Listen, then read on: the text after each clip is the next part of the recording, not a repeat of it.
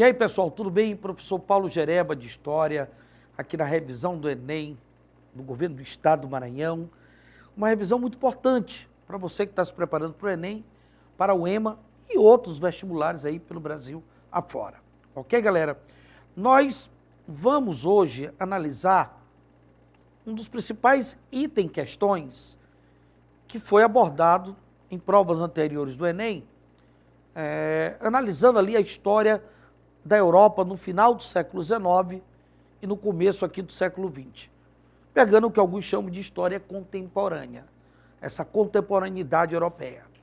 Na verdade, nós iremos direcionar as nossas narrativas com relação a esse item em questão, principalmente em relação a um dos principais movimentos que as grandes potências europeias, no final do século XIX, como a Inglaterra, França, né, correndo por fora a Bélgica, a Holanda, estão realizando na África e na Ásia.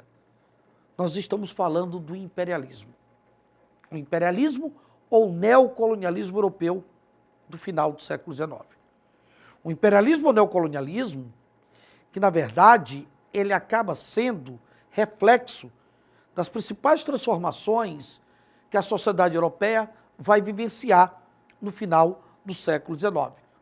Transformações que acabaram trazendo à tona o que nós chamamos do capitalismo financeiro de caráter monopolista. Um capitalismo que trouxe transformações em diversos campos.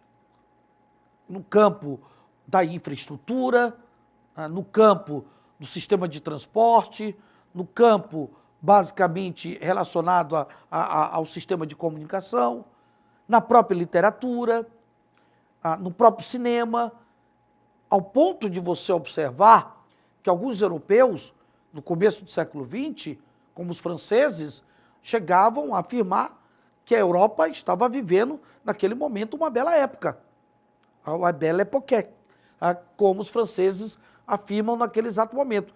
Transformações que foram importantes para essa sociedade, mas que exigiram, por parte desse capitalismo, exigiram mercados, exigiram novas fontes de metais preciosos, exigiram mercados consumidores, vão exigir matéria-prima, mão de obra barata e até mesmo áreas para realizar prática de escoamento populacional. Daí a necessidade de resolver não só essas pendências nessa Europa do imperialismo, do neocapitalismo, mas também, ou do neocolonialismo, melhor falando, mas também de resolver uma crise desse capitalismo financeiro monopolista, que é uma crise do excedente do capital. E a saída para resolver essa crise do excedente, qual foi? Foi buscar áreas extra-europeias. Foi buscar áreas para exercer uma política neocolonialista, uma política imperialista, principalmente a África e a Ásia. E esses países europeus irão partilhar essa África e essa Ásia.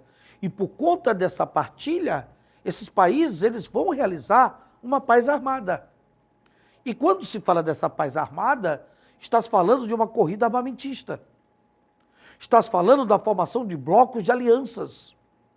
Alianças como, por exemplo, antes da Primeira Guerra Mundial, a famosa Tríplice Aliança, os impérios centrais, antes da guerra, que nós temos o Império Austro-Húngaro, a Alemanha, a Itália, isso antes da guerra começar, em 1914.